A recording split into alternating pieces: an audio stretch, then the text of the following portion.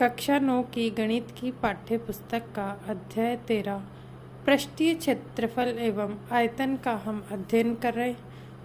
इसमें से हमने 13.2 के प्रश्न संख्या 3 तक के सवाल पिछले वीडियो में हल कर लिए। आज हम प्रश्न 4 से हल करेंगे। मुझे आशा है कि आपने एक बार सभी सवालों को हल करने की कोशिश की होगी। देखो प्रश्न नंबर 4।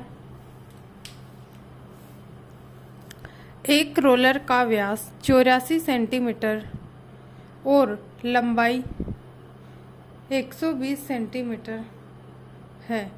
एक खेत के मैदान को एक बार समतल करने के लिए 500 चक्कर लगाने पड़ते हैं। खेल के मैदान का मीटर स्क्वायर में क्षेत्रफल ज्ञात कीजिए। हमें क्या दे रखा है? रोलर जानते हो आप? रोलर किसी भी सड़क पर चलता हुआ देखा होगा। सड़क को समतल करने या किसी खेत को समतल करने में रोलर का उपयोग होता है। तो रोलर का व्यास है 84 सेंटीमीटर और उसकी लंबाई है 120 सेंटीमीटर। ये लंबाई, इसको हम सूत्र में ऊंचाई के रूप में काम में लेंगे। तो देखिए, सबसे पहले रोलर का व्यास 84 सेंटीमीटर। इससे हम क्या ज्ञात करेंगे? व्यास होता है त्रिज्या का दुगना, तो इससे हम त्रिज्या निकाल लेंगे। 2r बराबर 84, तो r बराबर 84/2। ये क्या आ जाएगी? त्रिज्या। तो त्रिज्या कितनी आ गई? 42 सेंटीमीटर। रोलर की लंबाई l बराबर 120 सेंटीमीटर। ये हमें l लंबाई दे रखी है। इसको हम सूत्र में जब काम में लेंगे तो ऊंचाई के रूप में काम में लेंगे।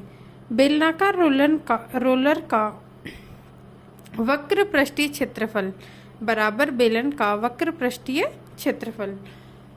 जो बेलनाकार रोलर है उसका वक्र पृष्ठीय क्षेत्रफल बेलन के वक्र पृष्ठीय क्षेत्रफल के बराबर है।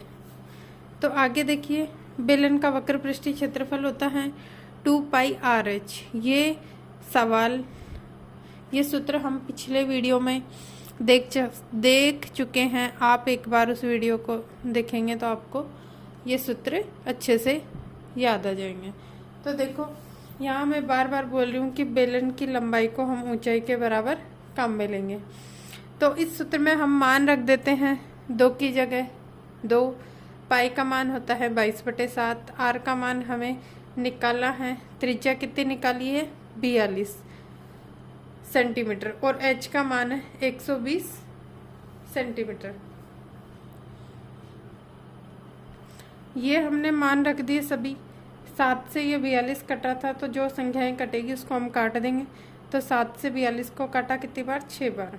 अब बची हुई संख्याओं का हम आपस में गुणा कर लेंगे। नीचे की संख्याएं सारी हटेगी, केवल 7 ही था जो हमने काट के हटा दिया। तो 22 का गुणा 2 से करा तो 44, और 44 का गुणा 6 से करके जो संख्या आएगी उसका गुणा 120 से कर देंगे तो हमारे पास आएगा 31,680 सेंटीमीटर स्क्वायर। आगे देखिए, ये हमें सेंटीमीटर स्क्वायर में दे रखा है, जबकि हमसे प्रश्न में पूछा गया था कि जो क्षेत्रफल निकालना है उसे हमें मीटर स्क्वायर में निकालना है। तो सबसे पहला काम हम इसे मीटर स्क्वायर में बदलेंगे। ये सेंटीमीटर स्क्वायर है। 1 सेंटीमीटर में 1/100 मीटर होते हैं, या फिर 1 मीटर में 100 सेंटीमीटर होते हैं। तो यहाँ सेंटीमीटर स्क्वायर में है तो मीटर भी हमें किस में लेना पड़ेगा? स्क्वायर में। तो हमने 1/100 और 1/100 से 2 बार भाग दे दिया। 1/100 से मीटर बनेगा, 2 बार भाग देने से क्या बन जाएगा? Metre square. तो ये 1 2 3 4 के बाद हम क्या लगा देंगे इस संख्या में? दशमलव। तो ये आ गया 3.1680 मीटर स्क्वायर। अब हमारे पास बेलनाकार रोलर का वक्र पृष्ठीय क्षेत्रफल कितना आ गया? 3.1680 मीटर स्क्वायर। अब आगे देखो, हमसे प्रश्न में पूछा गया है कि A अर्थात एक चक्कर में रोलर द्वारा समतल किया जा सकने वाला क्षेत्रफल कितना आ जाएगा? 3.1680। जो हमारे पास बेलन का वक्र पृष्ठीय क्षेत्रफल आएगा वही तो हम बेलन से एक चक्कर में समतल करने वाले क्षेत्र का क्षेत्रफल होगा। तो ऐसे हमने कितने चक्कर लगाने? 500। 500 चक्करों में समतल किया गया क्षेत्रफल, तो हमें इस एक चक्कर के क्षेत्रफल का किससे गुणा कर दिया? 500 से। तो 500 का गुणा हमने 3.168 से करा, तो हमारे पास संख्या आ गई 584। ये 4 संख्या के बाद हमने दशमलव लगा दिया, क्योंकि हमारे पास यहाँ भी संख्या 4 संख्या के बाद दशमलव था।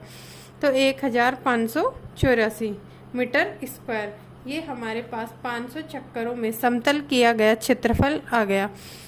यहाँ खेल के मैदान का क्षेत्रफल वही होगा जो रोलर द्वारा 500 चक्करों में समतल किया गया क्षेत्रफल है, अर्थात मैदान का क्षेत्रफल 1584 मीटर स्क्वायर है। अर्थात हमारे पास 500 चक्करों में समतल किए गए क्षेत्र का क्षेत्रफल कितना आया है? 1584 मीटर स्क्वायर। और हमें खेल के मैदान का क्षेत्रफल ज्ञात करना था, जो हमारे पास आ गया। अब प्रश्न नंबर 5। पांचवा क्वेश्चन, किसी बेलनाकार स्तंभ का व्यास 50 सेंटीमीटर है और ऊंचाई 3.5 मीटर है। 12 रुपये 50 पैसे प्रति मीटर स्क्वायर की दर से इस स्तंभ के वक्र पृष्ठ पर पेंट कराने का व्यय ज्ञात कीजिए। तो हमें एक बेलनाकार स्तंभ का व्यास दे रखा है। कितना दे रखा है? 50 सेंटीमीटर और ऊंचाई है 3.5 मीटर। अब देखो, हमें ज्ञात क्या करना है? हमें ज्ञात करना है 12.5 प्रति मीटर स्क्वायर की दर से वक्र पृष्ठ पर पेंट करवाने का खर्चा हमें निकालना है। तो सबसे पहले हमने ये एक बेलनाकार स्तंभ बना लिया। इसका व्यास हमें दे रखा है 50 सेंटीमीटर और ऊंचाई इसकी दे रखी है हमें 3.5 मीटर। तो हम ये लिख देते हैं प्रश्नानुसार हमें क्या दिया हुआ है। स्तंभाकार बेलन का व्यास 50 मीटर। दूसरी चीज हमें क्या दे रखी है? तो इससे हम व्यास से हम क्या निकालेंगे? त्रिज्या। तो स्तंभ की त्रिज्या 50/2 बराबर 25 सेंटीमीटर। अब ये हमें सेंटीमीटर में दी हुई है इकाई, और दूसरी इकाई हमें किस में दी हुई है? मीटर में। तो हम सबसे पहले दोनों इकाइयों को मीटर में बदल लेते हैं। तो 25 बटे में क्या लिख दिया? 100। ये क्या हो गया? कौन सी इकाई में बदल गया? मीटर स्क्वायर में, क्योंकि 1 सेंटीमीटर बराबर 1/100 मीटर होता है, या फिर 1 मीटर में 100 सेंटीमीटर होते हैं। तो हमने इसको मीटर में बदलने के लिए 100 का भाग दे दिया। 25 से हमने इसे काट लिया, 25 चौको 100, 1/4 मीटर। अब स्तंभ की ऊंचाई h हमें क्या दे रखी है? 3.5 मीटर। अब हम क्या निकालेंगे? बेलन का वक्र पृष्ठीय क्षेत्रफल।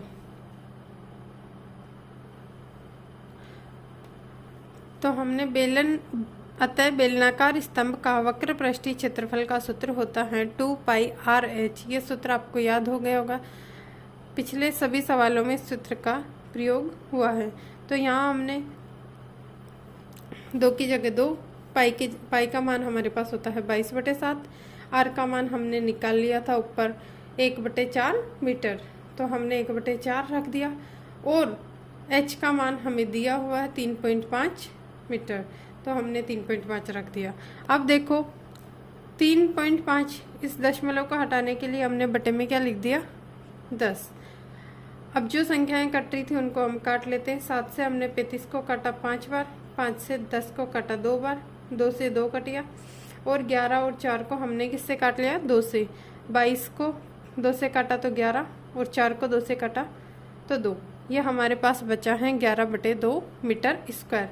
ये बेलनाकार स्तंभ का वक्र पृष्ठीय क्षेत्रफल आ गया। अब हमें उस बेलनाकार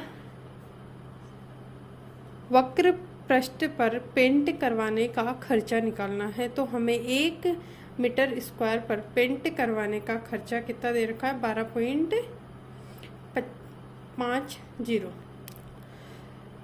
तो 1 मीटर स्क्वायर पर पेंट करवाने का व्यय है 12 रुपये 50 पैसे। अब 11/2 मीटर स्क्वायर पर पेंट करवाने का खर्चा है 12 रुपये 50 पैसे का गुना किससे कर दिया हमने 11/2 से। तो यहाँ से 10 हटा दी तो हमने 2 जीरो लगा दी। अब इन 125 का गुना 12 से करके उसमें 20 का भाग दे देंगे तो 68.75 रुपये। हमारे पास बेलनाकार स्तंभ के वक्र पृष्ठ पर पेंट करवाने का खर्चा आ गया 68.75। प्रश्न नंबर 6, एक लंबवृत्तीय बेलन का वक्र पृष्ठीय क्षेत्रफल 4.4 मीटर है। यदि बेलन के आधार की त्रिज्या 0.7 मीटर है तो उसकी ऊंचाई ज्ञात कीजिए। हमें एक लंबवृत्तीय बेलन ले रखा, उसका वक्र पृष्ठीय क्षेत्रफल हमें दिया हुआ है। पिछले सवालों में हमने पहले वक्र पृष्ठीय क्षेत्रफल निकाला था, उसके बाद उस सवाल को हल किया था, लेकिन यहाँ हमें वक्र पृष्ठीय क्षेत्रफल पहले से दिया हुआ है और उसके साथ क्या दिया हुआ है, बेलन के आधार की त्रिज्या। तो हमें क्या निकालनी है, ऊंचाई। ये हमने एक बेलन बना लिया, इसमें हमने त्रिज्या कितनी ले ली 0.7 मीटर, जो हमें यहाँ प्रश्न में दी हुई है। तो लंबवृत्तीय बेलन के वक्र पृष्ठीय क्षेत्रफल 4.4 मीटर स्क्वायर, ये हमें प्रश्न में दिया हुआ है। और क्या दे रखा है, एक चीज और दे रखी है हमें, बेलन की त्रिज्या r बराबर 0.7 मीटर। अब बेलन की ऊंचाई हमें ज्ञात करनी है, तो हम इसमें बेलन का वक्र पृष्ठीय क्षेत्रफल का सूत्र लगाते हैं 2πr/h। 2πr/h का मान हमें दिया हुआ है 4.4 मीटर स्क्वायर, तो हमने इसका मान रख दिया 2πr/h का मान कितना आ गया 4.4। अगला देखो, अब इसमें हम जो मान हमें दिए हुए हैं वो मान रख देते, तो 2 की जगह 2, पाई की जगह 22/7, r का मान हमें दिया हुआ है 0.7 और h का मान हमारे पास नहीं है, ये हमें क्या करना है, ज्ञात करना है। तो देखो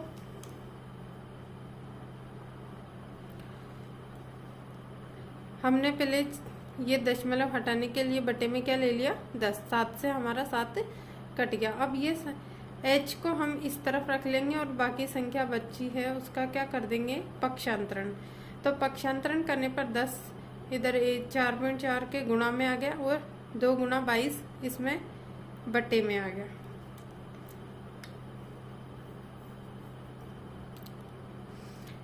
तो 2 गुना 22 कितना हो गया 44, और ये 4.4 था, इसका हमने दशमलव हटाया तो बटे में कितना आ गया 10।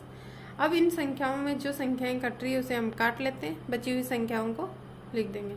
तो 44 से 44 कट गया और ये 10 से 10 कट गया। अब हमारे पास क्या बचा है 1 मीटर, तो हमारे पास बेलन की ऊंचाई क्या आई है 1 मीटर।